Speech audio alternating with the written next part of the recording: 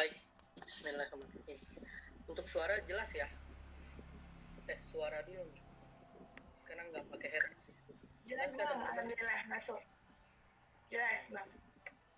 Baik, bismillahirrahmanirrahim. Assalamualaikum warahmatullahi wabarakatuh. Alhamdulillah. Waalaikumsalam. Alhamdulillahirabbil alamin. Wa bihi nasta'in wa ala umuri dunya waddin. Asyhadu an la ilaha illallah wahdahu la syarika lah.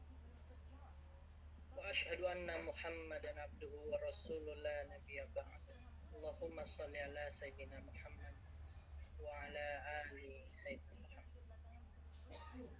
Alhamdulillah atas nikmat Allah yang luar biasa. Allah berikan kita kekuatan iman, kekuatan Islam, kesehatan terutama. Dan ya patut berbangga lah mudah-mudahan ya. Kita termasuk hamba-hamba Allah yang minimal doa ya. Mudah-mudahan kita termasuk hamba-hamba Allah yang istiqomah dalam aktivitas kebaikan. Ya salah satunya kebaikan menuntut ilmu ya. Salawat serta salam mudah-mudahan senantiasa tercurah pada Rasulullah Muhammad Sallallahu Alaihi Wasallam, yang atas perjuangan beliau bersama para sahabat dalam hanya kurun waktu 23 tahun mampu menciptakan peradaban yang akhirnya Islam itu menguasai hampir 2/3 dunia. Dan mudah-mudahan teman-teman selalu menyadari bahwa apa yang teman-teman lakukan di Karisma itu juga bagian ibadah. Kalau kemarin siapa yang ngirim? Maaf nih, saya lupa banget yang ngirimin tor tadi. Yang sambutan ya, siapa namanya? Ya, Fariha. Kira malah saya itu. Maaf ya. Oke. Terima kasih sudah mengundang, dan mudah-mudahan ada kesadaran dari teman-teman bahwa di tor itu dikatakan kita belajar bagaimana sahihul ibadah yang benar. Nah, indikatornya sederhana, hanya ada 2. Apa yang memang ada dalilnya ya, sudah ada dalilnya ya. Kemudian dicontohkan oleh Rasulullah SAW. Ini yang terkait dengan ibadah-ibadah makhluk. Tapi adanya teman-teman di Karisma ini juga bagian dari, saya selalu katakan pada teman-teman semua, dakwah di Karisma, di lembaga dakwah kampus ini bagian dari ibadah peradaban. Kenapa? Sebab Rasulullah itu lebih banyak melakukan aktivitas dalam rangka ibadah peradaban. Ya, kalau Rasulullah memang sholat 5 waktu bersama para sahabat, kemudian sholat tahajud hingga kakinya bengkak, kemudian melakukan aktivitas-aktivitas ibadah makhluk lainnya. Hanya saja kita tahu untuk ukuran kita itu tidak banyak menyita waktu. Tapi di sisa-sisa waktu ya yang ada ya, mungkin sholat sekitar 5-10 menit dikali 5, kemudian ada sholat sunnah, rawatib ataupun yang lain-lain, itu tidak banyak memakan waktu dari 24 jam waktu ibadah. Apalagi kita sudah mengetahui bahwa tujuan hidup kita hanya ada 2 ya, sebagai hamba Allah, atau ini jailu fil ardi khalifah, menjadi khalifah Allah, perwakilan Allah di muka bumi. Maksudnya mengejawantahkan Islam dalam diri kita untuk bisa menjadi rahmatan lil alamin, mengatur apa yang menjadi urusan yang ada di bumi. Sepanjang itulah ya, teman-teman harus sadari bahwa sepanjang itulah Rasulullah melakukan ibadah peradaban hingga akhirnya Fathu Mekah dan Islam tersebar masuk sampai ke negara kita di Indonesia. Insya Allah. Baik teman-teman, karena ada amanahnya ya dari kawan-kawan Karisma ini, saya hanya menyampaikan sedikit tentang sharing-sharing ya, bagaimana kita meraih sukses Ramadan. Ini ada nih, alhamdulillah sudah ada Ajeng ya, sudah membantu, jadi nggak perlu share screen. Baik teman-teman, perlu disadari bahwa menyambut Ramadan ini bagian dari kekuatan kita ya. Tadi dibacakan oleh Qori kita ya, kalau tidak salah itu surat Al-Imran ya. Kalau tidak salah awal-awal Al-Imran yang paling menyentuh tentu tentang Rabbana la tuzigh qulubana ba'da idh hadaitana wa hab lana min ladunka rahmah. Rabbana, wahai Rabb ya, pemelihara pengatur, la tuzigh qulubana ba'da idh hadaitana. Artinya bahwa kita meminta kepada Allah yang memelihara dan mengatur diri kita, jangan kau kembalikan kami ya keadaan seperti yang dulu jahiliyah, ba'da idh hadaitana, setelah engkau berikan kami banyak hidayah dan kami merespon hidayah itu. Wa hab lana min ladunka rahmah innaka antal wahhab. Nah, mudah-mudahan di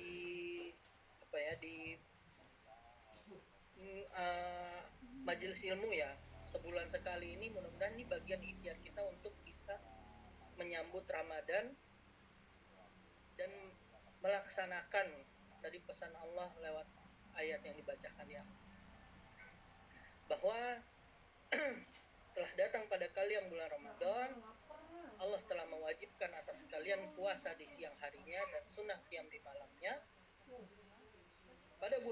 Pada bulan ini pintu-pintu surga dibuka, pintu-pintu neraka ditutup, dan setan dibelenggu. Pada malam ini ada satu malam yang lebih baik dari 1000 bulan.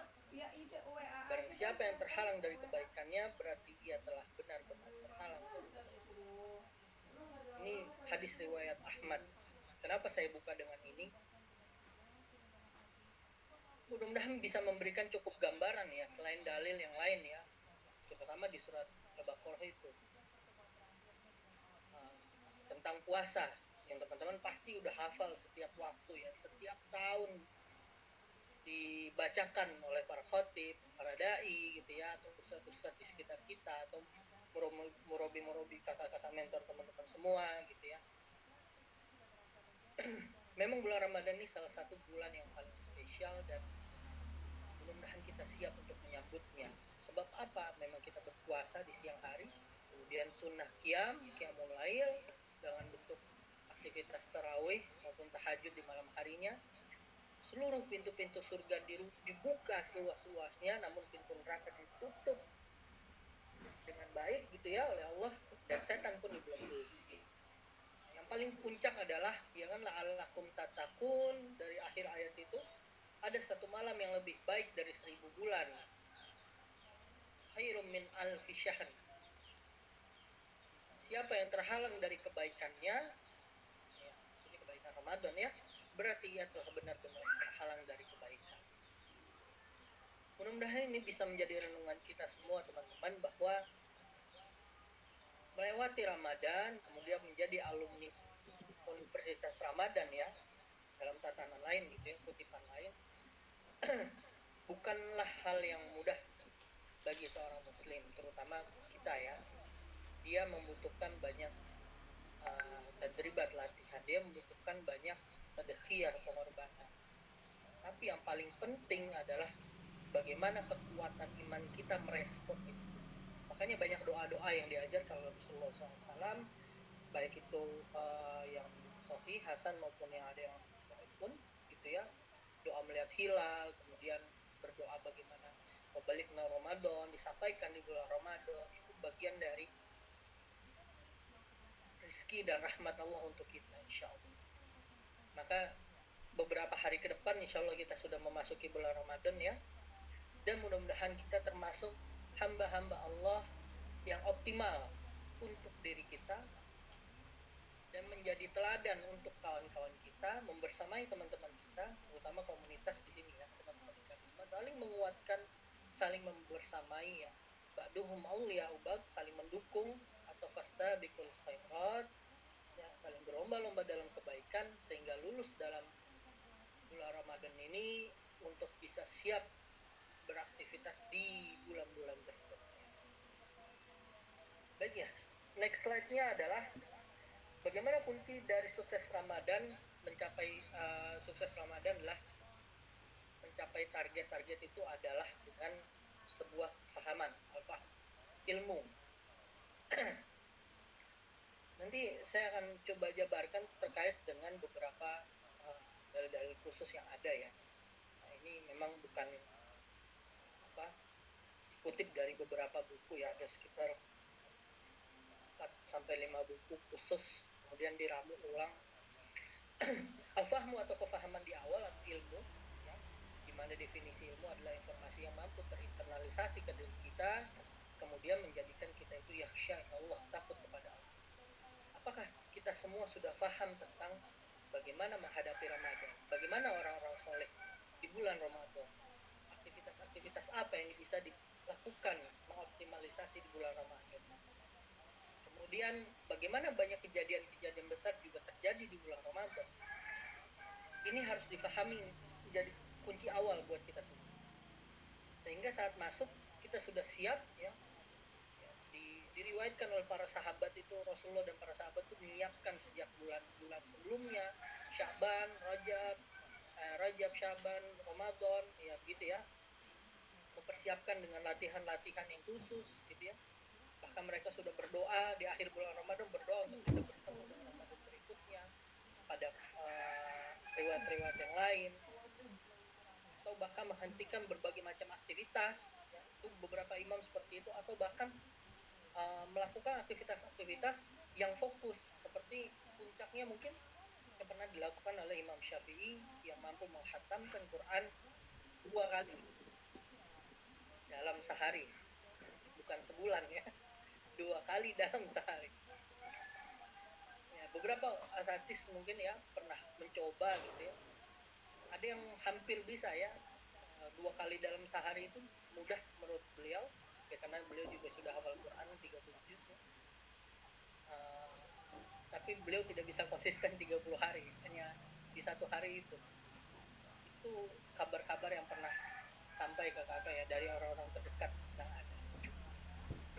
Jadi kunci untuk meraih sukses dan target-target Ramadan adalah kefahaman tentang iman, kefahaman tentang ilmu di bulan Ramadan, kefahaman tentang keutamaan ibadah di bulan Ramadan, kefahaman untuk bisa saling menguatkan di antara satu dengan yang lain. Kita next maksudnya. Saya akan buka sedikit dengan sebuah kisah di Quran surat Al-Anbiya ayat 68-70. Ini terjemahannya aja yang langsung ya. Mereka berkata, bakarlah dia.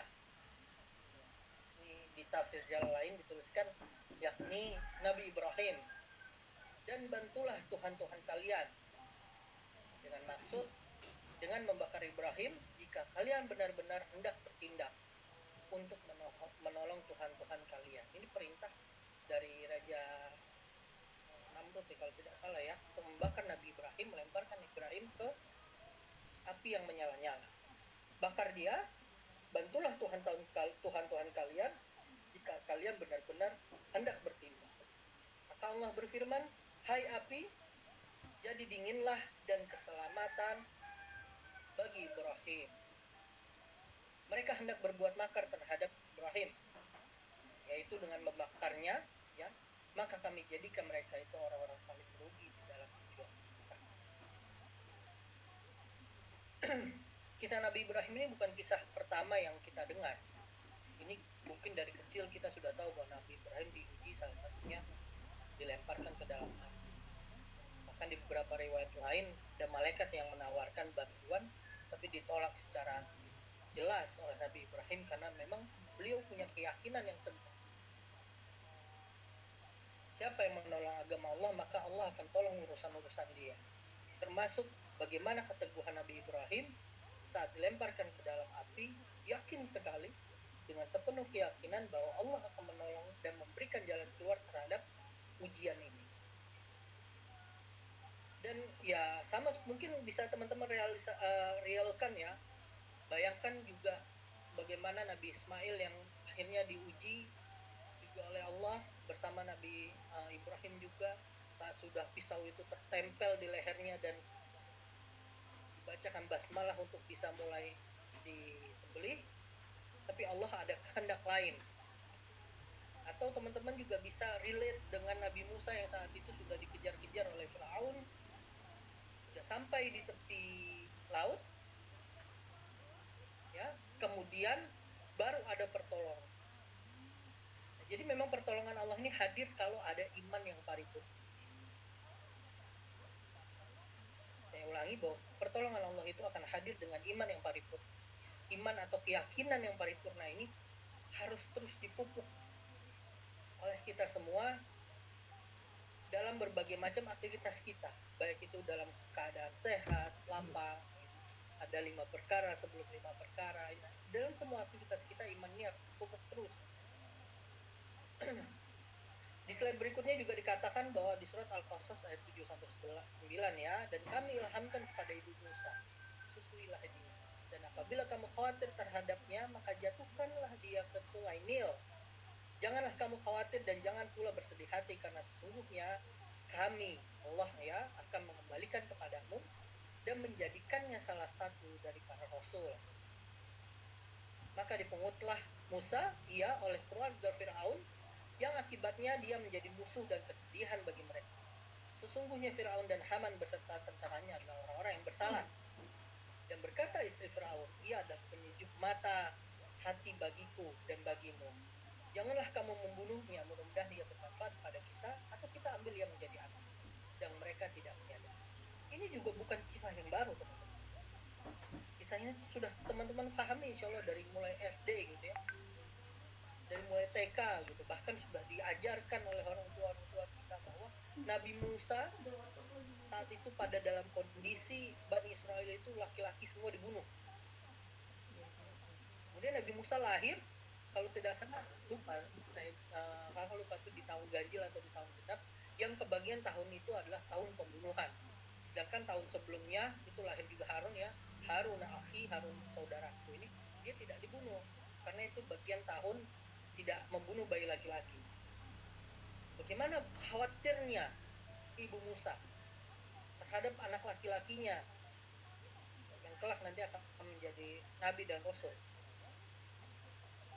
Kemudian keyakinan dia untuk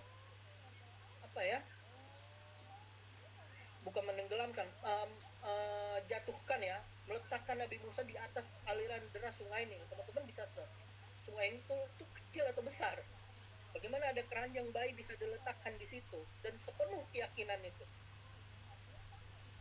Walaupun dia bersedih hati ya, tapi janji Allah kan di sini, sesungguhnya kami akan mengembalikan ia kepadamu.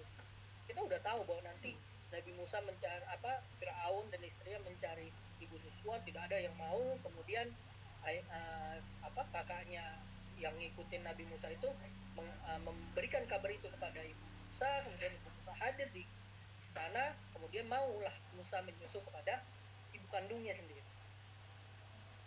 Jadi tidak ada yang sadar bahwa musuh terbesar saat itu, Fir'aun, harus mendidik, memupuk seorang calon musuhnya, si Nabi Musa ya, di dalam lingkungan keluarga terdekatnya. Itu tidak ada yang sadar.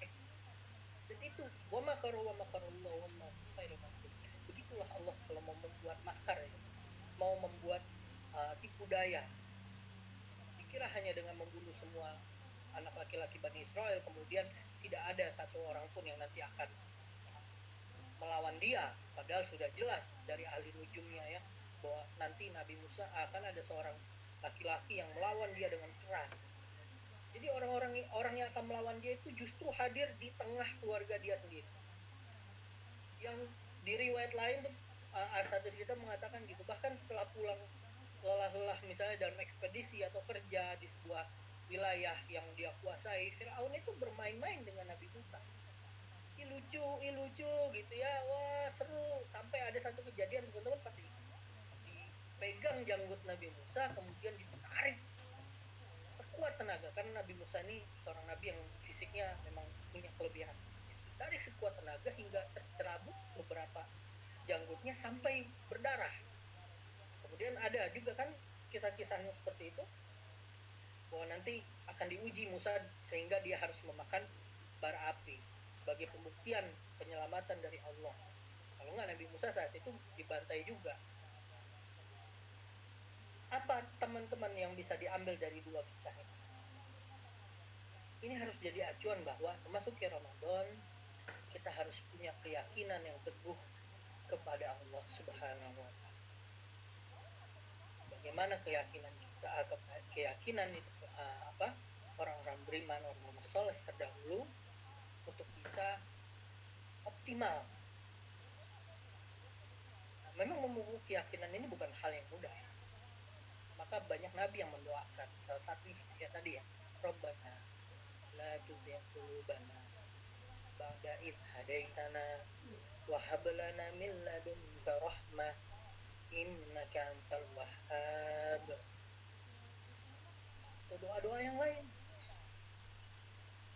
doa meminta hidayah, doa-doa para nabi, atau doa-doa yang memang harus kita ucapkan dalam bahasa-bahasa keseharian. Nah, ini kunci yang pertama, teman-teman. Kefahaman tentang iman ini begitu penting, dan baru kita bisa meledakkan ibadah-ibadah kita di bulan Ramadan. Karena ibadah itu akarnya adalah keimanan yang benar. Tidak mungkin kita mau beribadah dengan banyak. Nanti saya akan jelaskan bagaimana tipsnya. Ada beberapa proyek kebaikan di bulan Ramadan yang pahalanya justru menggemparkan luar biasa. Tapi banyak orang yang tidak mampu menjalankan. Yang mudah-mudahan ini bagian dari kebaikan, dan mudah-mudahan ini ikhtiar kita untuk bisa bersama. Nah, teman-teman harus sadari, kunci yang kedua hanya kita yang mampu merubah diri kita sendiri. Innallaha la yughayyiru ma biqaumin hatta yughayyiru bi anfusihim. Bahwa Allah tidak akan mengubah nasib kita untuk suatu kaum hatta sampai mereka yang mengubah dirinya sendiri. Tadi slide berikutnya itu dikatakan ghayyir nafsak, ubahlah diri, ubahlah dirimu. Salah satunya dengan keteguhan jiwa, keteguhan untuk bisa istiqomah dengan menghadapi Ramadan yang begitu punya nilai luar biasa. Kita masih beruntung, alhamdulillah, mudah-mudahan sampai malam bulan Ramadan kita masih hidup, masih Allah memberikan nafas, kemudian kita bisa mengoptimalisasikan. Ya, salah satu pengalaman yang hebat luar biasa juga kalau di Al-Azhar nih, ya, keberuntungan paling besar adalah sebuah kampus yang dekat dengan masjid, Ramadannya pun hidup di dalam masjid dan di sekitarnya. Itu bagian dari keberkahan yang teman-teman harus syukuri. Ghayyir nafsak, ubah diri kita, keluar dari zona nyaman, berlatih untuk bisa lebih baik lagi dari tahun. Next ya. Ini di slide-nya ini ada slide tentang perkataan Rasulullah. Tadi kan katakan bahwa perlu keteguhan jiwa. Bagaimana kita belajar keteguhan jiwa dari Rasulullah Muhammad SAW? Teman-teman pasti sudah tahu ini filosofinya dan kisahnya. Demi Allah, sekiranya mereka meletakkan matahari di tangan kananku serta bulan di tangan kiriku agar aku meninggalkan agama ini, sungguh aku tidak akan pernah meninggalkannya hingga Allah menyebarkannya atau aku syahid memperjuangkan. Hadis riwayat Tabari. Ini adalah keteguhan yang bukan kaleng-kaleng. Ini keteguhan yang ibaratnya batu karang yang siap dihempas oleh gelombang, gunung yang tidak akan pernah tercerabut dari akar-akarnya, paku yang menancap begitu kuat. Inilah keteguhan seorang Rasulullah Muhammad SAW. Kenapa? Dia ditawari 3 tahap, harta, tahta, wanita. Wahai Muhammad, kalau engkau ingin mendapatkan wanita yang cantik, maka akan kami carikan wanita-wanita yang baik, wanita-wanita yang cantik di seluruh jazirah Arab, akan kami berikan. Atau engkau ingin mendapatkan harta, maka akan kami kumpulkan sebanyak-banyak harta dari pembendaharaan kami, akan kami berikan kepada engkau. Atau engkau ingin mendapatkan kedudukan, wahai Muhammad, sehingga engkau menjadi raja di tanah Arab itu, maka akan kami angkat engkau menjadi raja. Namun apa jawaban Rasulullah? Inilah jawaban. Nah, ini tawaran ini dilontarkan oleh mereka kepada Abu Thalib, sehingga Abu Thalib harus menyampaikan itu. Dan Rasulullah menjawab seperti ini di hadapan Abu Thalib. Allah, sekiranya mereka meletakkan matahari di tangan kanan, itu kan tidak mungkin. Bagaimana manusia mau meletakkan matahari atau bulan di tangan kiri? Ini mustahil. Jangankan cuma harta, tahta, wanita yang tadi, mau dia taruh matahari maupun bulan di tanganku, tidak akan. Itulah kekuatan azam keteguhan jiwa itu yang dibutuhkan oleh kita.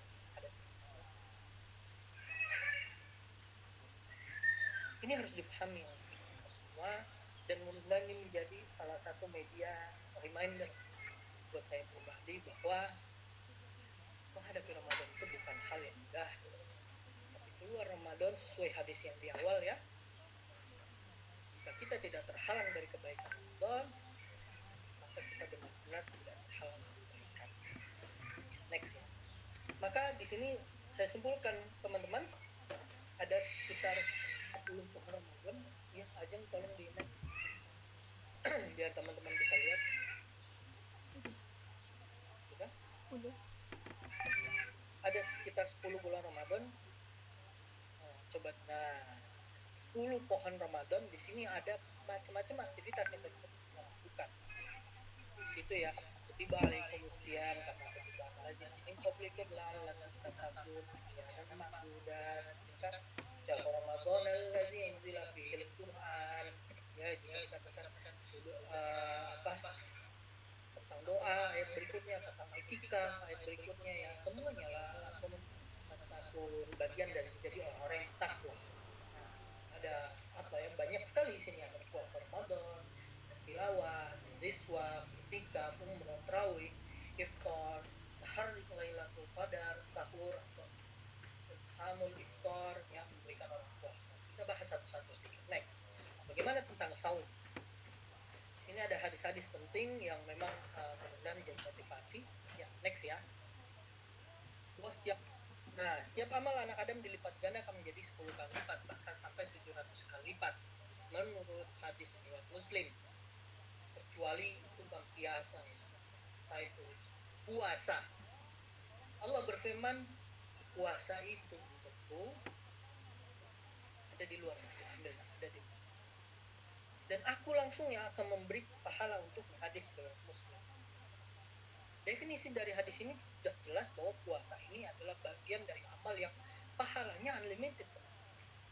Tidak seperti sholat, kalau teman-teman sholat sendiri mungkin hanya satu gitu ya, itu pun kalau maksimal, atau kalau sholat berjamaah mungkin 7, itu pun kalau maksimal, atau ibadah-ibadah yang lain memang yang standar pahala. Tapi puasa adalah salah satu ibadah yang dikecualikan oleh Allah ya.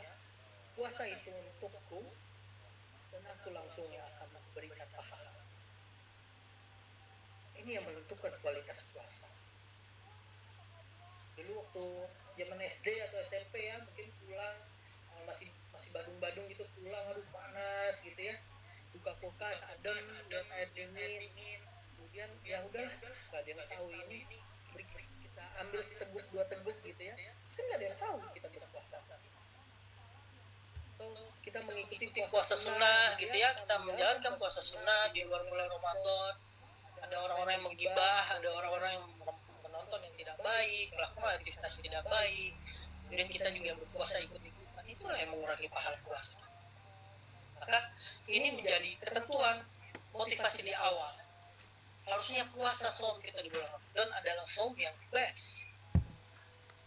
Siapa yang berpuasa Ramadan dengan kesadaran iman gitu ya, dan harapan akan ridha Allah, man shoma Ramadan iman sabar, ghufira lahu ma taqaddama min dzambi, akan diampuni semua dosa-dosa. Muttafaqun alaih. Hadis ini simpel. Saking sering yang bertahun-tahun diucapkan oleh para dai, udah auto hafal. Tapi siapa yang mau menjalankan hadis ini dengan baik? Harus ada kesadaran iman, harus ada harapan akan ridha Allah, diampuni seluruh dosa-dosa. Ya, menurut kakak pribadi menjadi muslim itu simpel, sederhana dan mudah. Ada banyak slot-slot pengampunan dosa, di antara 2 sholat, di antara 2 Jumat, di antara 2 Ramadan. Itu banyak pengampunan dosa. Kalau di antara sholat yang berzikir ya, subhanallah, alhamdulillah, wa la ilaha illallah, akbar, masing-masing 33 kali, maka Allah akan ampuni dosa-dosa kecil ya, dosa-dosa di antara sholat yang lalu. Kemudian di antara 2 Jumat, ya, melaksanakan Jumat, kemudian hingga Jumat berikutnya, di hadis juga dikatakan seperti itu. Bahkan juga di antara 2 Ramadan nanti ada bab itu. Allah akan ampuni semua dosa-dosa itu. Dan yang ketiga, hadis riwayat Ibnu Majah, orang yang berpuasa doanya tidak tertolak, terutama menjelang. Itu keutamaan. Dan next ini terkait dengan sahur maupun iftar ya. Ini adalah dua waktu slot time yang paling penting. Kenapa? Karena di dua waktu ini banyak orang kaum muslimin yang menyia-nyiakan waktu ini, menghilangkan waktu ini, tidak memahami keberkahan dua waktu ini, sehingga mereka melakukan aktivitas-aktivitas yang tidak perlu. Dan di dua waktu ini juga banyak acara-acara TV yang sangat tidak penting, sehingga melenakan kaum muslimin, melenakan kita semua gitu ya. Sahurlah, karena dalam sahur itu ada keberkahan. Kenapa? Karena itu di sepertiga malam terang. Karena di sanalah Allah turun langsung ke langit. Kata, siapa hamba-hambaku yang mau bertobat? Adakah yang punya hajat? Siapa yang mau berdoa kepadaku? Allah akan memberikan ampunan di malam itu. Siapa yang mau untuk meminta ampun karena dosa-dosa di siang hari? Itu keutamaan. Bagaimana sahur itu juga memberikan keberkahan-keberkahan, ya, selain hanya kekuatan di fisik kita, tapi juga memberikan keberkahan.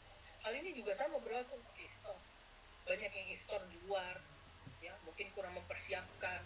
Dua waktu ini adalah waktu yang sangat hebat berdoa, ya. Doa orang puasa sampai berbuka tidak tertolak.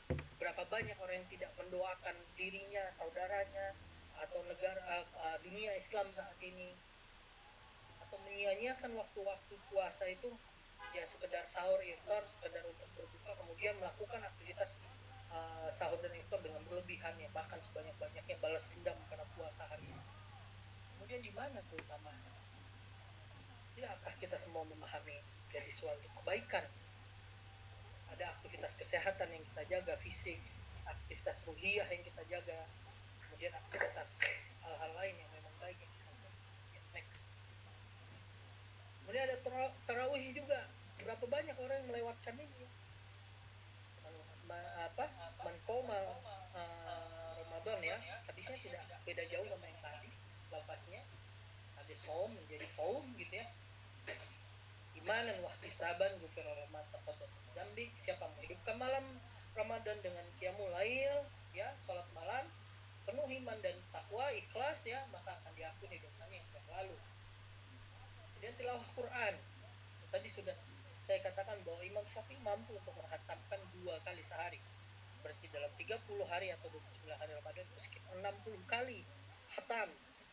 Kenapa? Nanti hitung-hitungannya ada. Barang siapa membaca satu huruf dari kitab Allah, maka baginya satu kebaikan. Satu kebaikan akan Allah lipat gandakan 10 kali lipat. Ini di luar Ramadan. Maka saya tidak mengatakan, ya, alif lam mim itu al-harf. Namun alif itu satu huruf, lam itu satu huruf, dan mim itu satu huruf. Dan iftamul iftar, memberikan makan orang yang berbuka. Siapa yang memberi makan orang yang berpuasa, maka baginya pahala seperti orang yang berpuasa tersebut tanpa memungut pahala. Lihat Tirmizi dan Ibnu Majah. Mungkin kalau ini cukup banyak orang-orang yang sadar bagaimana mungkin harusnya kita cukup tanda kutip ya kemaruk gitu. Ya harus modal, harus lah teman-teman, modal lah. Jadi mindsetnya jangan hanya menikmati tamu iftar di Masjid Agung Al-Azhar gitu ya, karena itu ada kurma yang begitu banyak, makanan yang begitu banyak. Oke lah kita mahasiswa, saya juga di awal begitu, tapi lama-lama berpikir rugi ya, rugi. Beri makan orang yang berpuasa dapat pahala puasanya. Orang-orang itu saking sadarnya dengan hadis ini, maka dia akan sedekahkan sebanyak-banyaknya di bulan Ramadan, berkotak-kotak, berdus-dus air, ya kan, berkotak-kotak kurma. Tapi apakah harus kita seperti itu? Kan mustahil, semampu kita. Oke, kalau di rumah tuh biasanya udah stok 5 kurma, hampir tiap tahun begitu, dan dipakai gitu, atau kita kasih aja ke beberapa saudara-saudara, orang tua, ayah ibu tua gitu ya, teman yang dekat, teman mentoring, dititipin. Pesannya cuma satu, guys, nanti buka puasa kan ini ya. Berarti kita sudah punya investasi. Saya puasa, beliau juga berpuasa, berapa orang yang menikmati itu, maka kita juga tidak menikmati. Jadi jangan menjadi seorang muslim jangan hanya menikmati hasil dakwah orang lain. Egois sekali. Kita harus ikut dalam terjun langsung nih. Mungkin bisa dibuat program-program seperti ini. Gampang kok, banyak orang yang mau untuk mensedekahkan hartanya, memberikan makan buka puasa. Apakah kita harus cari duitnya kak? Enggak juga. Cari aja donatur yang mau. Kita membuatkan acaranya juga dapat pahala yang sama sebagaimana orang yang diberikan makan buka puasa. Semuanya sama. Itu harus jadi motivasi ya teman-teman. Kemudian next ada itikaf ya. Adalah Rasulullah jika memasuki 10 hari terakhir di bulan Ramadan, beliau kencangkan sarungnya, dalam tanda kutip maksudnya lebih giat lagi beribadah, menghidupkan malam dan membangunkan keluarga. Hadis riwayat. Ini juga yang banyak kelewat. Kalau jomblo-jomblo belum ngerasain ya. Tapi kalau dulu tuh 10 hari terakhir adalah hari khusus untuk merenung dari hasil aktivitas setahun belakangan dan apa yang akan dilakukan setahun ke depan. Baru pandemi COVID aja tahun lalu yang kita nggak melakukan itu harus di rumah. Bahkan setelah menikah pun beberapa kali ya, kalau mau punya bayi 3 bulan, 5 bulan udah berangkat aja lah semua. Mau bawa sana semua, pindah rumah tanda kutip gitu. Ini harus kita juga ikhtiarkan. Kita hanya untuk mau beritikaf, ya, apalagi keluarga kita, membangunkan keluarganya untuk makan. Nah, kalau di masa pandemi ini ya kalau tidak perlu kamar kita sepi atau yang nyaman ya. Kemarin Syekh Ali Jabir itu kemarin sempat sebelum meninggal itu mungkin tahun lalu ya sempat mengatakan ya terkait dengan khairun min alfi syahrin, malam Lailatul Qadar, maka kita bisa beribadah menghidupkan malam-malam 10 hari terakhir di rumah kita masing-masing ya, karena khawatiran pandemi gitu ya, bergerumul begitu banyak akhirnya menjadi mudarat untuk kita semua. Mudah-mudahan karena kita terbiasa beritikaf di tahun-tahun sebelumnya, pahala itu pun tetap kita bisa dapatkan. Jadi mendapatkan malam Lailatul Qadar pun tidak harus hanya di masjid, tapi bisa juga di rumah kita. Berarti kita harus coba membuat program di 10 hari terakhir. Ya, banyak kalau misalnya ada yang khatam 3 kali sebulan gitu ya di bulan Ramadan.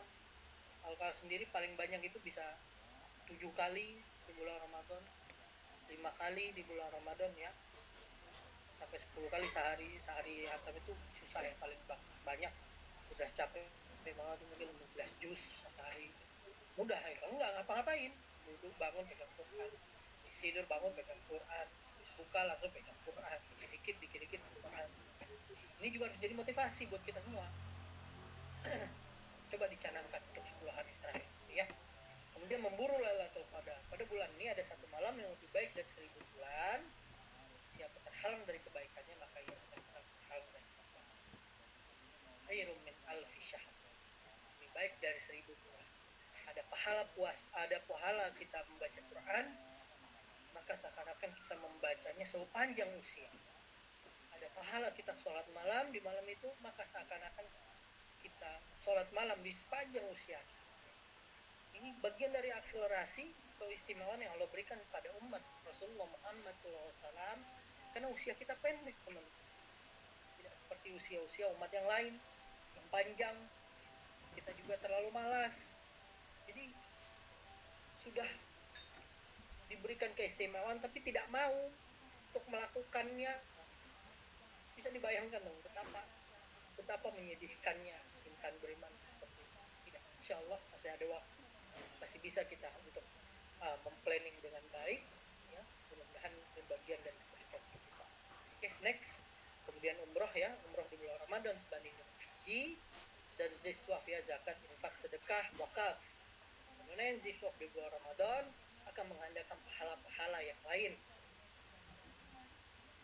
Jadi kita bayarkan, kita bersedekah, maka sedekahnya akan dilipat gandakan bahkan sampai unlimited khusus di bulan Ramadan. Banyak wajar kaum muslimin yang jor-joran di bulan Ramadan, mempersiapkan bekal dalam 11 bulan, cari uang sebanyak-banyaknya, kemudian tutup di bulan Ramadan, atau mengurangi aktivitas atau menyerahkan semua aktivitas pekerjaan kepada karyawan-karyawannya, kemudian berinvestasi dengan apa? Dengan harta yang dihabiskan di jalan Allah berupa zakat, infak, sedekah maupun wakaf. Ini juga harus jadi utama. Oke, kita nggak punya kak, kita nggak mampu kak, duit kita sedikit dan terbatas, mal kita terbatas. Oke, kalau gitu kita ajak orang lain yang bisa melakukan itu harusnya menjadi lebih sedikit. Karena berapapun yang diinfakkan, diziswahkan oleh orang lain atas dasar ibaratnya ajakan dari kita, maka pun sama Allah akan berikan pahala yang insya Allah mudah-mudahan insya Allah. Maka saya tawarkan di sini ada 8 proyek Ramadan. Next, teman-teman. Yang pertama, next ininya gambarnya. Nah, 8 proyek Ramadan yang pertama adalah jutaan kebaikan Ramadan. Apa? Lewat apa? Tadi ya, Al-Harf, satu huruf itu sekitar 10 kebaikan. Kalau kita tahu ada satu juz Quran kira-kira itu dikatakan 7.000 huruf ya rata-rata. Dengan satu huruf dikalikan 10 kebaikan dikalikan 70 kali lipat karena kita bulan Ramadan ya. Kemudian dikalikan dengan 7.000 huruf, ini per juz ya. Maka setiap juz yang kita baca kita mendapatkan 4.900 kebaikan. Gimana kalau kita membacanya 2 juz? Bagaimana kalau kita membacanya 3 juz? Bagaimana kalau kita hatamnya 10 kali dalam bulan ini, bulan Ramadan? Tergantung akhirnya kuat atau tidak. Ya, ini proyek yang pertama. Proyek yang kedua, bagaimana kita terhindar dari penyakit nifaq dan neraka ya. Barang siapa yang sholat karena Allah 40 hari semalam secara berjamaah dengan tetap mendapatkan takbiratul Allahu Akbar ya, takbiratul ihram pertama ya, maka ia akan dipastikan terhindar dari dua hal, penyakit nifaq ya, orang-orang termasuk orang yang munafik, atau dihindarkan dari neraka. Ini harus jadi motivasi juga. Oh, masa pandemi kita kayak gini gimana kak? Silakan ya. Kalau memang menemukan masjid yang bisa nyaman ya dan diperbolehkan juga oleh MUI serta pemerintah, silakan kita optimalisasi. Kongko juga bisa gitu ya. Kumpul-kumpul di antara kita juga bisa gitu ya. Masa cuma yang 5 menit pun dengan prokes, ada jarak di antara kita sholat, kita nggak mau. Silakan. Kemampuan kita akan sampai sejauh apa. Next, berikutnya. Proyek yang ketiga, proyek 30 kali haji dan umrah. Ini di hadis riwayat Tirmizi, barang siapa yang sholat subuh berjamaah, kemudian ia duduk berzikir kepada Allah ya sampai terbit matahari waktu syuruk, kemudian ia melakukan sholat 2 rakaat, maka bahaginya pahala haji dan umrah tamam ya, sempurna dan sempurna. Berarti ada 30 kali kesempatan haji dan umrah di bulan Ramadan yang pahalanya sempurna dan sempurna. Apa? 2 rakaat syuruk. Jadi kita sholat di masjid ya, jadi kita berzikir menunggu waktu syuruk sampai matahari terbit, begitu alarm nyala ya waktu syuruk, kemudian kita sholat 2 rakaat baru pulang. Kita insya Allah sudah mendapatkan pahala haji dan umrah sempurna dan sempurna. Proyek yang keempat adalah doa tidak tertolak ya. Ud'uni astajib lakum, berdoa kepada aku niscaya aku akan jawab doa kalian. Nah, 3 kelompok yang tidak tertolak doanya adalah pemimpin yang adil, orang yang berpuasa sampai berbuka, dan orang yang teraniaya. Hadis riwayat Ahmad dan Muslim. Betapa banyak juga teman kaum muslimin yang tidak menyempatkan diri berdoa pada Allah. Bukankah kita ini banyak urusannya kepada Allah? Ada permintaan kita, baik itu permintaan duniawi atau akhirat. Betapa banyak kita menyia-nyiakan kesempatan ini. Kenapa kita tidak doakan? Kenapa nggak satu komunitas karisma itu melis doa-doa pribadinya, kemudian masing-masing saling menginformasikan supaya itu bisa menjadi kebaikan di antara kita. Oh, ada yang mau lulus, oh ada yang mau naik haji, ada yang segera mau menikah, atau ada dia yang bagaimana untuk tambahan dana. Kita bisa mendoakan saudara-saudara. Apalagi juga dijelaskan ya, mendoakan saudaranya ya, mengangkat tangannya diam-diam tanpa diketahui saudaranya, maka malaikat akan mengaminkan doanya sebagaimana doa yang disampaikan oleh dirinya kepada saudara. Kira-kira redaksi begitu. ini juga nggak boleh ketinggalan dong. Ada masa-masa banyak waktu kita untuk berdoa sepanjang puasa, di saat sahur, di saat berbuka, di saat kita dizolimi. Ya, optimalisasi. Oke, next berikutnya. Ada berikutnya adalah nomor 5 proyek 90 rumah di surga. Ya. Next. Sudah? Tidaklah seorang muslim melaksanakan sholat Allah setiap hari ya berjumlah 12 rakaat sunnah kecuali Allah siapkan baginya rumah di surga. Kira-kira hitungannya gini ya, ada sholat duha 12 rakaat, tarawih 8 rakaat, atau kalau ada yang 23 gitu ya, witir 3 rakaat, rawatib 12 rakaat, sholat sunnah wudu, sholat sunnah itu masjid, sholat sunnah mutlak. Maksimal mungkin secapek-capek kita mungkin ada 36 rakaat ya kan, tadi dikatakan di hadis 12 rakaat sunnah, maka Allah bangunkan satu rumah. Jadi kalau 36 sehari semalam sholat sunnah, Allah bangunkan 3 rumah.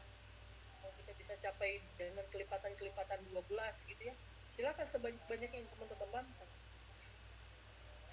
Dulu pertama kali tahu ini kakak juga agak marah gitu ya, ternyata nanti ada indikator lain yang harus kita inikan, tapi ini mudah-mudahan jadi penyemangat minimal satu setiap hari. Kalau kita bisa melakukan terus konsisten dawam seperti ini ya, maka kita akan mendapatkan banyak kebaikan. Ada rumah-rumah kita di surga.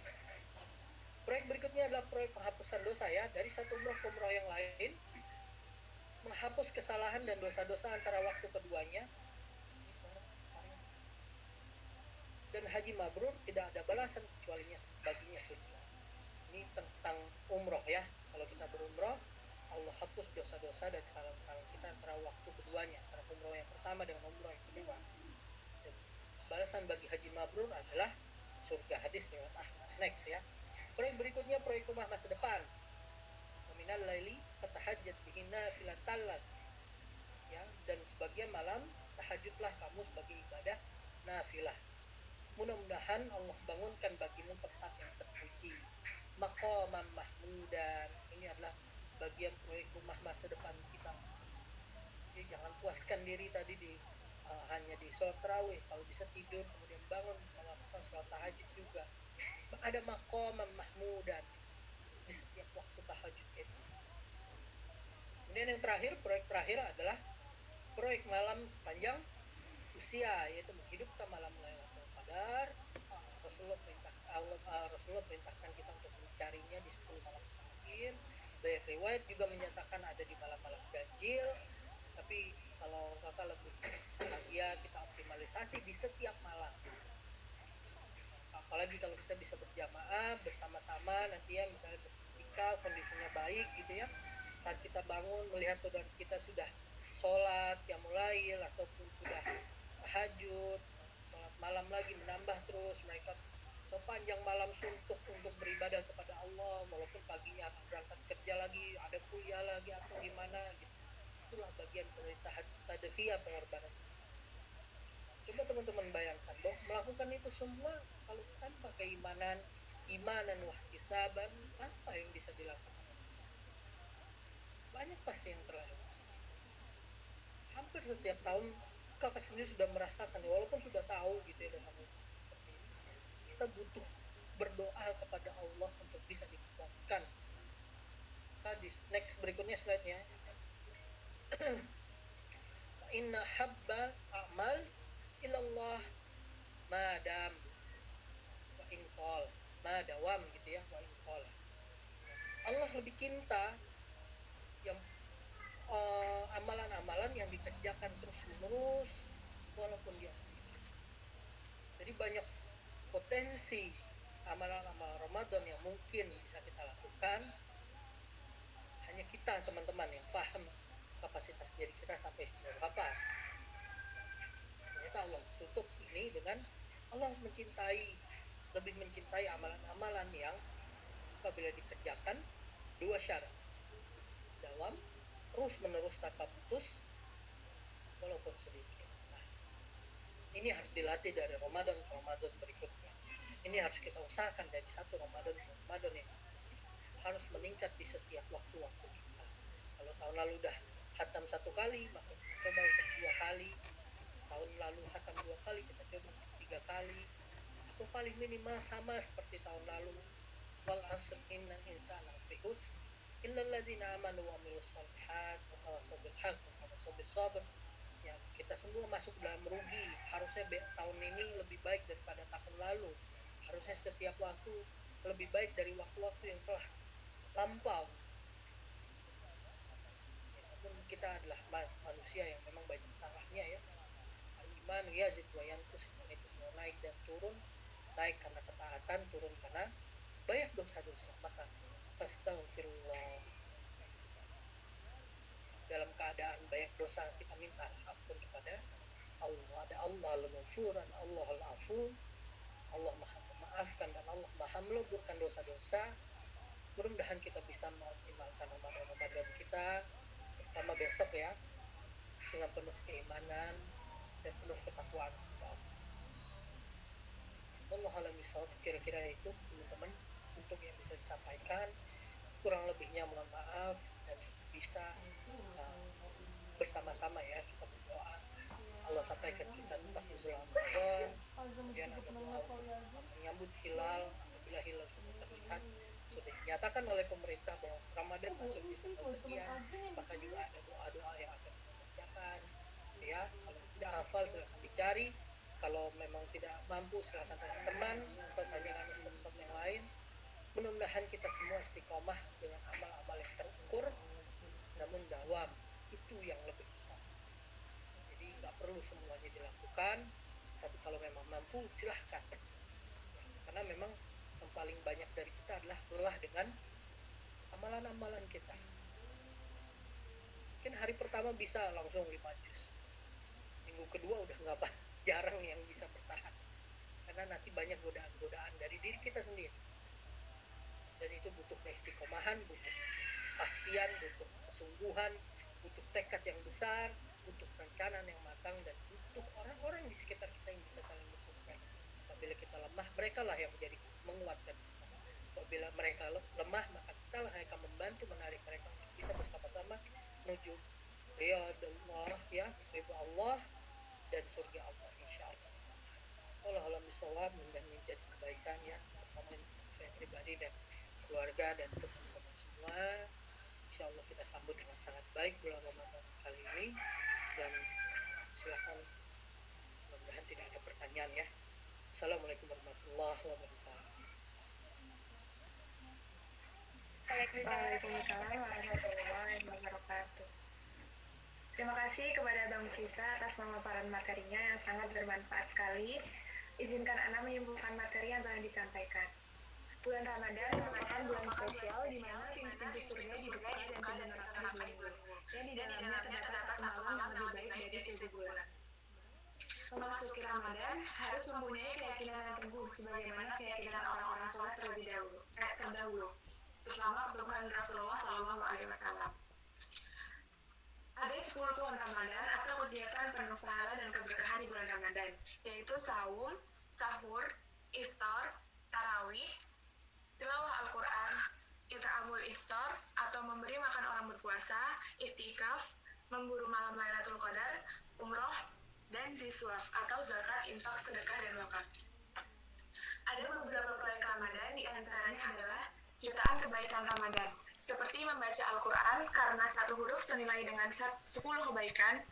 Lalu ada terhindar dari penyakit nifaq dan neraka. Lalu proyek 30 kali haji dan umroh saat kita melakukan sholat subuh berjamaah, lalu duduk berzikir sampai matahari terbit dan melaksanakan 2 rakaat syuruk. Lalu ada doa yang tidak tertolak karena salah satu kelompok yang tidak tertolak doanya adalah orang yang berpuasa. Selanjutnya proyek 90 rumah di surga, proyek penghapusan dosa, proyek rumah masa depan dengan melakukan sholat tahajud, dan proyek malam sepanjang usia dengan menghidupkan malam Lailatul Qadar. Sesungguhnya amalan paling dicintai Allah yaitu yang dikerjakan secara terus-menerus walaupun sedikit. Semangat untuk terus memperbaiki diri selalu dan istiqomah dalam mencapai ridhonya. Selanjutnya akan dibuka sesi tanya jawab oleh 3 orang penanya terlebih dahulu. Bagi yang ingin bertanya di kolom chat, silahkan mengirimkannya dengan format nama, instansi, dan pertanyaan. Bagi yang ingin bertanya langsung, diperkenankan menyalakan mikrofonnya dengan memberikan emot tangan terlebih dahulu pada kolom chat.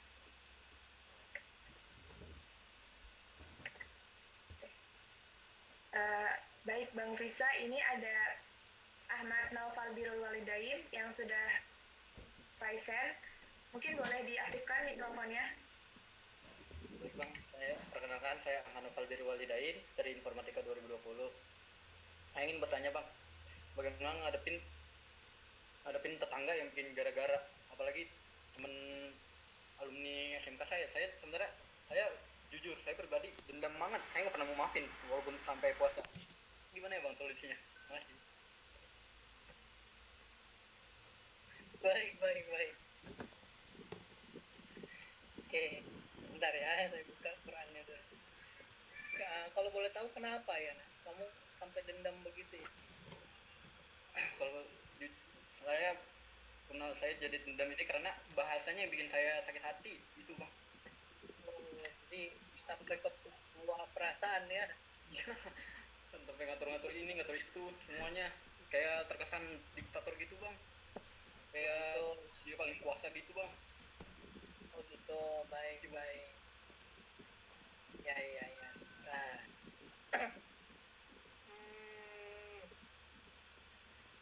mudah-mudahan ya. Tadi siapa yang nanya? Ahmad. Ya, panggilannya siapa? Nah, Naufal Bang. oh panggilnya Naufal. Mudah-mudahan Naufal yang soleh ya. Allah berikan kebaikan hati dan jiwa, dan mudah-mudahan bisa memaafkan di masa depan, insyaallah ya. Ya pada dasarnya kita harus paham ya Naufal ya, bahwa salah satu sikap memaafkan itu banyak banget dalilnya. Kalau sebutin bisa jadi satu episode lagi. Tapi coba kakak singkatin aja ya. Salah satu kebaikan wal afina anin nas itu pahalanya sari bila magfiratin min rabbihim. Wah, pas banget. Surat Al-Imran 133 ya. Min rabbikum wa jannatin arduha samawati wal ardu middat lil muttaqin. Ayo, wasari'u, berlari, bersegera ila magfirah min rabbikum wa jannah. Ayo, bersegera mendapatkan ampunan dari Allah ya, atas dosa-dosa kita, wa jannah, dan surganya arduhas samawati wal ard, yang seluas langit dan bumi, uiddat lil muttaqin, yang diperuntukkan hanya bagi orang-orang bertakwa. Jadi yang bisa mendapatkan ampunan Allah dan jannah ya, ridho Allah untuk bisa masuk surga adalah orang-orang yang bertakwa. Cuma ada syarat Rafa. Ada hubungan sebab akibat. Barang siapa melakukan sesuatu maka akan mendapatkan ini, gitu kan ya. Alladzina yunfikuna fis-sarra wad-dharra, dia bersedekah, dia membagikan hartanya dalam keadaan lapang, gitu ya. Wal kadhimin al-ghaidha wal afina 'anil nas, dan dia memaafkan kesalahan manusia. Jadi memaafkan kesalahan manusia adalah salah satu syarat untuk bisa mendapatkan ampunan dan ridho Allah kalau kita adalah hamba Allah yang bertakwa, bukan Islam, bukan beriman, tapi tingkatan yang lebih tinggi, bertakwa. Pada dasarnya gini, coba dipikir-pikir. Kadang-kadang di riwayat lain ya dikatakan juga Allah memberikan di Quran, Allah itu memberikan sesuatu itu terutama dalam bentuk ujian adalah karena dosa-dosa kita. Udah, kita aja yang introspeksi. Kita pahamilah saudara-saudara kita yang lain. Ya. Kita coba untuk bisa melapangkan hati. Perlu banyak doa sebagaimana Nabi Musa berdoa untuk dirinya. Rabbi shrah li sadri wa yassir li amri wahlul 'uqdatam min lisani yafqahu qawli. Lapangkanlah dada. Karena kalau misalnya kita ada di sebuah ruangan, di kelas di UI itu ukurannya kecil misalnya, tapi selain ada bangku, ada meja, bahkan ada lemari, ada kasur di situ, penuh nggak kira-kira Nova? Penuh ya? Iya Bang, jenuh. Penuh sekali. Maka kalau kita masuk ke kelas itu sempit rasanya. Nah, saudara, dada kita itu, hati kita itu harus diselamatkan ya, salamatus sodr, harus kita lapangkan kayak ruangan tadi. Kalau misalnya kasurnya dikeluarin, isi kursinya hanya sebanyak mahasiswa yang ada gitu ya, kemudian AC-nya bukan ada di bawah tapi ada di atas sehingga masih ada jalan, tidak ada lemari ditaruh di kelas itu, maka kalau kita masuk akan terlihat lebih lapang dan lebih lega. Analoginya seperti itu. Kalau kita mampu melegakan hati kita, salamatus sodr pada keadaan-keadaan saudara-saudara kita, ya terutama tadi tetangga kamu gitu ya, memang nggak gampang untuk dilakukan. Dia butuh keimanan, dia butuh kesungguhan, dia butuh dilatih. Pada dasarnya apapun yang terjadi pada kita, ajibu mukmin ya, ajib seorang mukmin itu apabila diberikan sesuatu yang baik dia akan bersyukur, dan diberikan sesuatu yang buruk dia akan bersabar. Kalau diberikan musibah, inna lillahi wa inna ilaihi raji'un, ada sesuatu terjadi pada diri kita. Sahabat kita, tetangga kita tuh begitu, memang nggak ada. Kadang-kadang dongkol ya, udah nggak dongkol di awal mah boleh gitu. Kalau kita manusia kok dongkol ya, tapi setelah dongkol langsung refleksi, lantas enggak, ya Allah, itu cuma takut gini aja ya, ambil rumah Allah yang takut. Saya ini menasehati padahal saya nggak menjalankan. Ini patut diberikan ya, bagaimana kita bisa menjadikan Ramadan ini momen Ramadan yang mampu mengikhlaskan hati kita terhadap perbuatan orang lain kepada kita. Kalau kita kepada orang lain ada menyakiti orang lain, segeralah minta maaf. Tapi terhadap perbuatan orang lain yang menyulitkan hati kita, bahkan membuat sesak dada kita itu, langsung segera maafkan. Kalau nggak jadi penyakit aja buat kita. Ketemu nggak suka gitu ya, padahal dia tetangga. Di hadis lain gitu dikatakan ya, masuk surga yang bisa memuliakan tetangganya, memuliakan tamunya, dan memelihara tetangganya dengan baik. Ya Allah, kehilangan potensi surga dibandingin sama dongkol kita luar biasa dong. Itu antara kamu mau dapat dapat hadiah 1 triliun tapi nggak dapat gara-gara kamu cuma sekedar salah tempat untuk ngambil, kan sayang gitu. Atau di kisah lain tentang seorang sahabat yang saat itu berkumpul bersama Nabi, wahai sahabatku, akan lewat salah satu penghuni surga. Datang ya orang itu. Besok juga sama, wahai sahabatku, akan datang salah satu penghuni surga. Sehingga itu menyebabkan sahabat yang berkumpul bersama Nabi itu kepo dong, apa sih amalan dia? Izin wahai saudaraku, saya mau menginap di rumah kamu. Tidak, nginaplah dia, karena kan ada 3 indikator ya. Kita punya 3 indikator untuk mengetahui seseorang itu. Pertama, kalau kita jalan-jalan sama dia, kita berinteraksi keuangan sama dia, atau kita menginap salah satunya ya, kakak lupa ya, menginap di rumahnya. Allah nanti teman-teman pasti juga paham ya, agak lupa di situ. Nah, sahabat ini menginap di rumah yang tadi dikatakan Rasulullah sebagai salah satu penghuni. Nah, biasa aja bang, tahajud juga enggak gitu loh. Malam ya kadang-kadang bangun di antara 3 malam mungkin cuma sekali. Saya lihat di istighfar juga enggak, ke masjid juga sama kayak saya, biasa aja. Tilawahnya juga kebanyakan saya katanya gitu. Nggak ketemu yang dia mau. Lewat dari 3 hari dia mau pulang, itu masih kepo. Dia tanya, ini bro, punya amalan apa deh? Kok kata Rasulullah kamu mendahului kami semua udah masuk di surganya Allah Subhanahu wa ta'ala. Orang yang punya rumah tadi yang dikatakan masuk surga oleh Rasulullah, saya nggak punya yang spesial, nggak ada, kan kamu udah lihat di rumah kayak gimana gitu ya. Iya saya ada saya punya satu kebiasaan sebelum tidur untuk memaafkan semua kesalahan orang-orang yang ada di hari itu, dan kesalahan-kesalahan lalu yang nggak pernah saya ingat-ingat lagi. Coba, kamu punya potensi, kita semua punya potensi untuk masuk surga Allah dengan mudah. Yang mudah buat orang yang mudah memaafkan, tapi sulit buat orang yang sulit memaafkan. Kenapa nggak kita coba buka peluang sekarang? Kalau di Quran di surat Fusilat ya, dikatakan tolaklah keburukan itu dengan kebaikan. Idfa billati hiya ahsan. Udah, Kalau kamu tiba-tiba kasih hadiah kan ya apa sih, orang nggak jelas ya. Nggak usah deh, mendingan udah jelakannya jelantungin aja bismillah, mintalah sama Allah dengan banyak kebaikan, latihlah untuk bisa memaafkan, mulailah belajar untuk anti baper-baper klub gitu ya, langsung baper-baper amat. Jadi kita udah tahu dia kayak gitu, bodo amat lah, biarin aja, minimal mulai dengan itu. Mudah-mudahan ini jadi kebaikan buat kita ya, mudah-mudahan ya. Kakak nggak pernah merasa ada orang yang lebih menyakiti kita sebagaimana musyrikin dulu lebih menyakiti Rasulullah Muhammad SAW.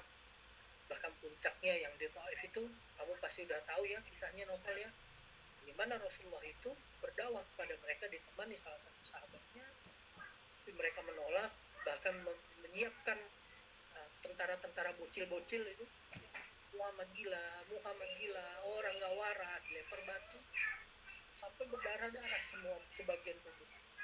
Sedih sekali.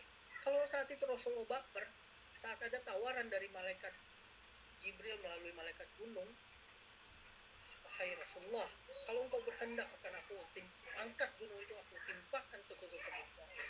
Tapi kan nggak gitu. Rasulullah nggak baper, bos. Rasulullah malah berdoa, ya Allah, jadikanlah nanti di antara para penduduk Taif generasi-generasi yang justru akan membela agama dia. Mana yang lebih penting? Mana yang lebih menyayat hati? Kesulitan kita atau kesulitan Nabi? Seringkali kita menyatakan bahwa kesulitan kita ini paling gede. Kenapa? Karena kita nggak pernah dengar ada kesulitan yang lebih besar. Karena kita nggak pernah terinteraksi dalam dakwah. Dalam dakwah ibadah peradaban itu yang tadi kakak berikan di awal, ibadah mado ini tadi cuma sedikit waktunya. Ibadah peradaban inilah, berdakwah ini menjadi lebih besar dan penuh lelah. Kalau ada yang besar-besar sudah kita pikirkan, yang kecil-kecil insya Allah bisa ya. Mudah-mudahan Allah lapangkan hati kita, dan mudah-mudahan menjadikan bangsa sebab memaafkan kesalahan saudara-saudara. Allah bisa. Ya bang, terima kasih bang nasihatnya bang.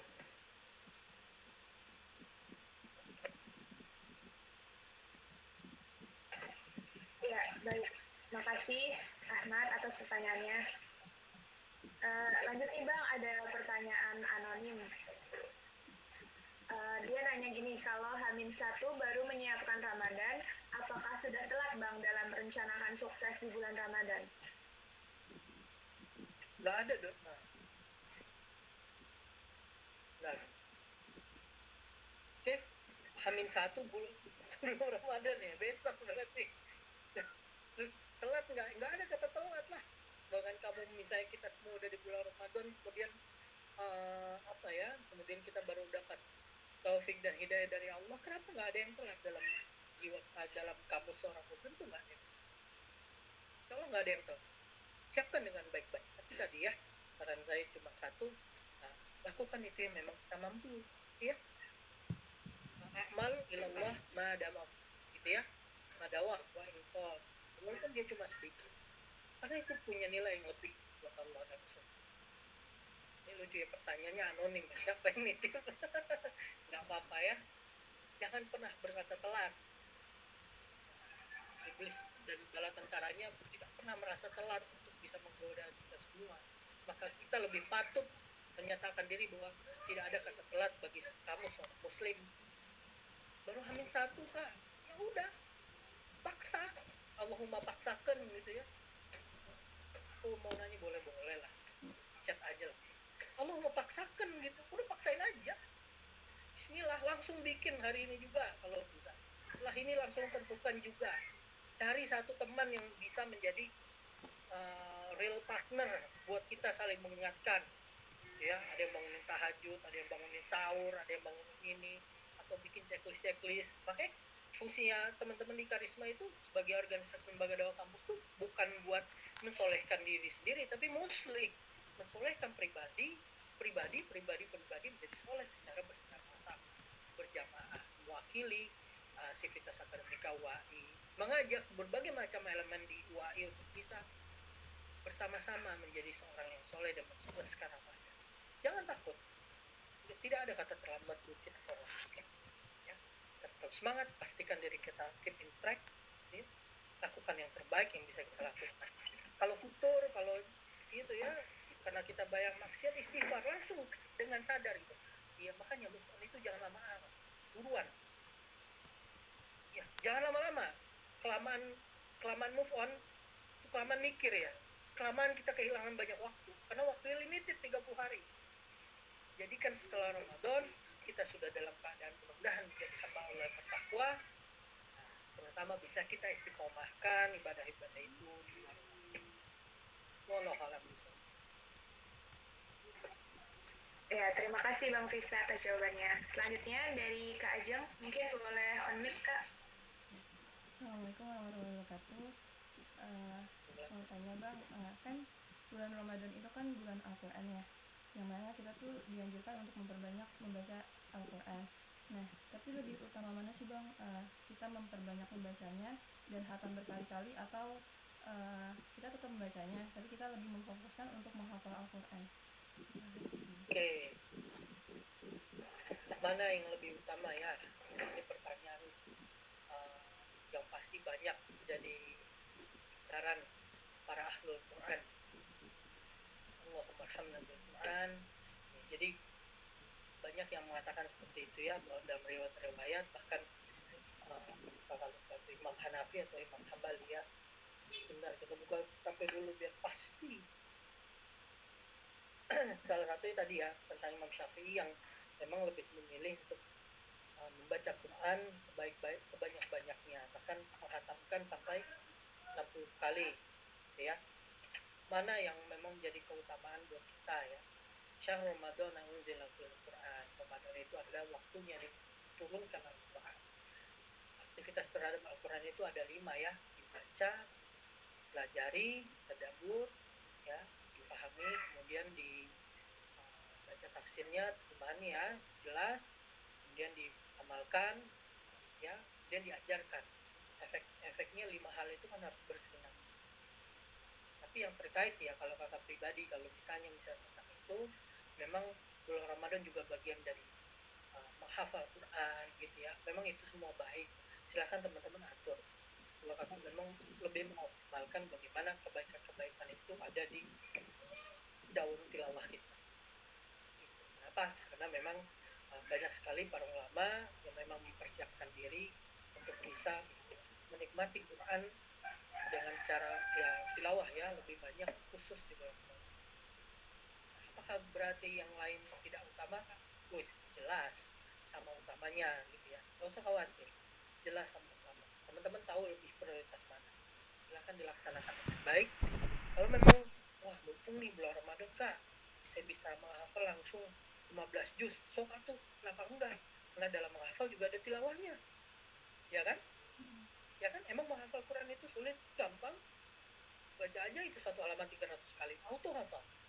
Nah 300 kali membaca itu sudah termasuk tilawah enggak? Iya sudah. Tuh, satu juz itu 20 halaman, bagi 20 berarti udah berapa juz tuh? Gitu ya, 15 juz setengah Quran. Itu yang luar biasa. Jadi silakan yang terbaik. Tapi kalau misalnya ditanya kita pilih yang mana ini, kalian tetap ya mengoptimalkan dengan tilawah yang sebanyak-banyaknya. Kalau kakak pribadi kita mengikuti para ulama ya, terutama Imam Syafi'i yang menghatamkan itu 2 kali sehari ya. Atau di Jakarta itu ada Ustaz Abdul Aziz Abdul Rauf, terus setiap hari hatam Quran umurnya ya. Itu di luar Ramadan kalau nggak salah. Kalau di dalam Ramadan mungkin lebih rajin lagi, sudah senior ya. Teman-teman bisa cari. Allah bisawab itu. Terima kasih. Terima kasih banyak Kak.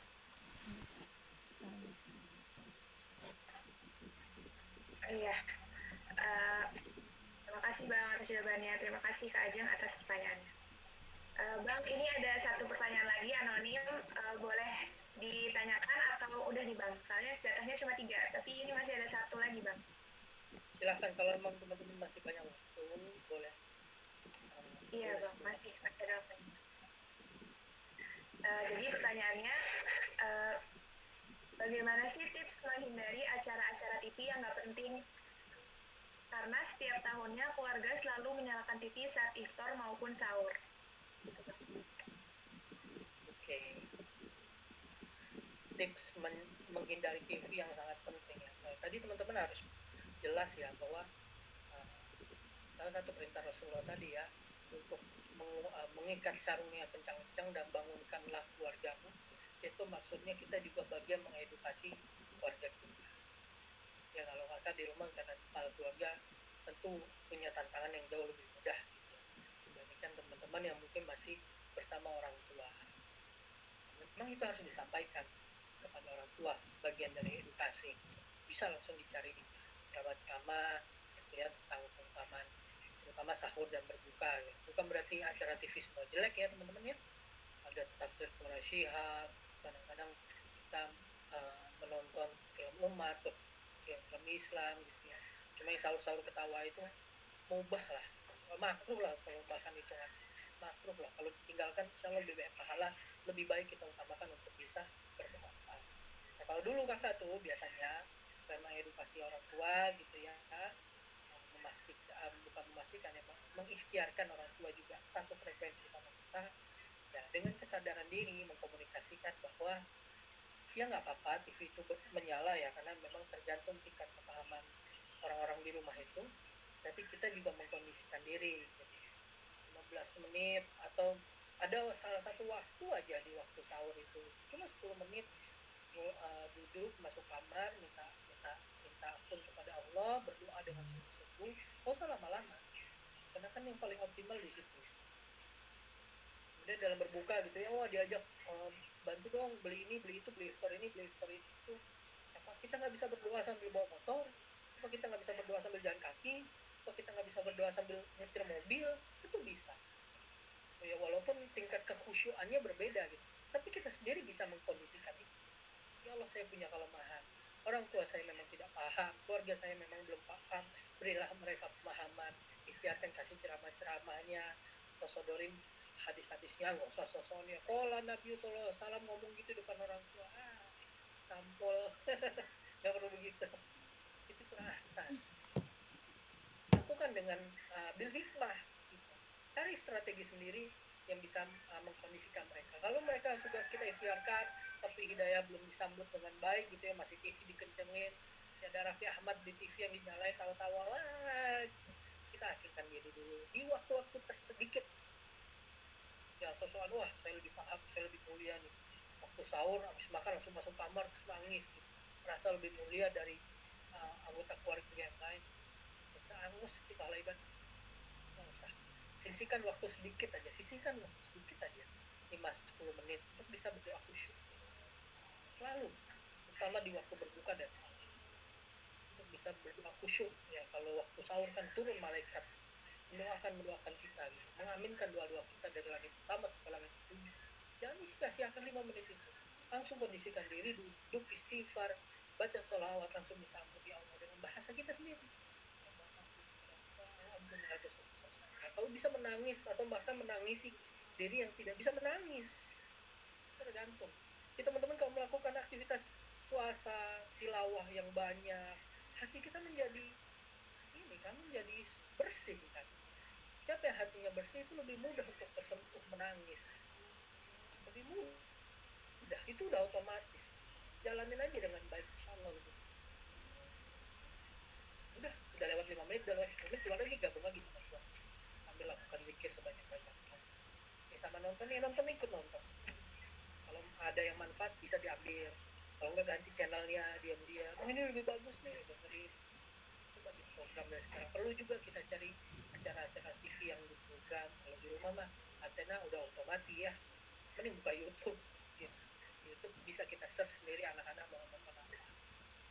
Alhamdulillah ya, jangan putus semangat, tapi juga jangan ansos, dan juga sosok kita yang paling hebat atau paling merasa suci nggak boleh. Atau bahkan kita juga doakan orang tua kita doakan istri rumah kita untuk bisa optimal, insya Allah.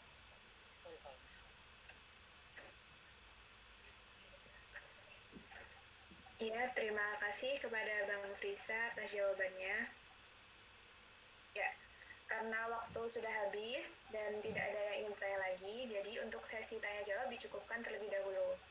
Selanjutnya, closing statement dari Bang Frisa. Kepada Bang Frisa dipersilakan. Assalamualaikum Kak Deni, ada Kak Deni ya? Baru sadar. Harusnya Kak Deni. Waalaikumsalam. Ada Kak Deni yang di sini bukan saya. Alhamdulillah. Sehat ya Kak Deni, alhamdulillah. Alhamdulillah. Luar biasa. Syukran. Yang mudah-mudahan teman-teman di sini yang sehat semua, sekeluarga baik-baik. Closing statementnya ya, bagaimana ibadah Ramadan ini menjadi ibadah yang sangat penting untuk kita. Mari kita optimalkan sebaik-baiknya. Kakak mendoakan teman-teman semua, keluarga, dan seluruh Handatolan bisa menikmati, enjoying Ramadan dengan sangat baik, dengan penuh keimanan dan ketakwaan, dengan planning mindset yang baik gitu ya, action yang terbaik yang bisa Allah berikan. Jangan berputus asa di jalan Allah, jangan berputus asa dalam rahmat Allah. Kalau jatuh bangun kembali, cepat move on untuk bisa melaksanakan aktivitas Ramadan sebagai bekal-bekal kita di dunia dan bekal-bekal kita akhirat. Ya seperti itu, dan mudah-mudahan Allah sampaikan kita ya mendapatkan malam Lailatul Qadar di setiap Ramadan tahun ini, Ramadan tahun-tahun berikutnya sampai akhir hayat, insya Allah. Itu insya Allah. Terima kasih atas kesediaan teman-teman yang mohon dimaafkan atas kekurangan saya pribadi ya, banyak sekali kekurangan, dan ini bagian dari ikhtiar dakwah. Mudah-mudahan kami semua lebih baik lagi dari hari ke hari, waktu ke waktu, dari masa ke masa, dan bisa terus menginspirasi di lingkungan WAI khususnya dan di Indonesia pada waktu ini.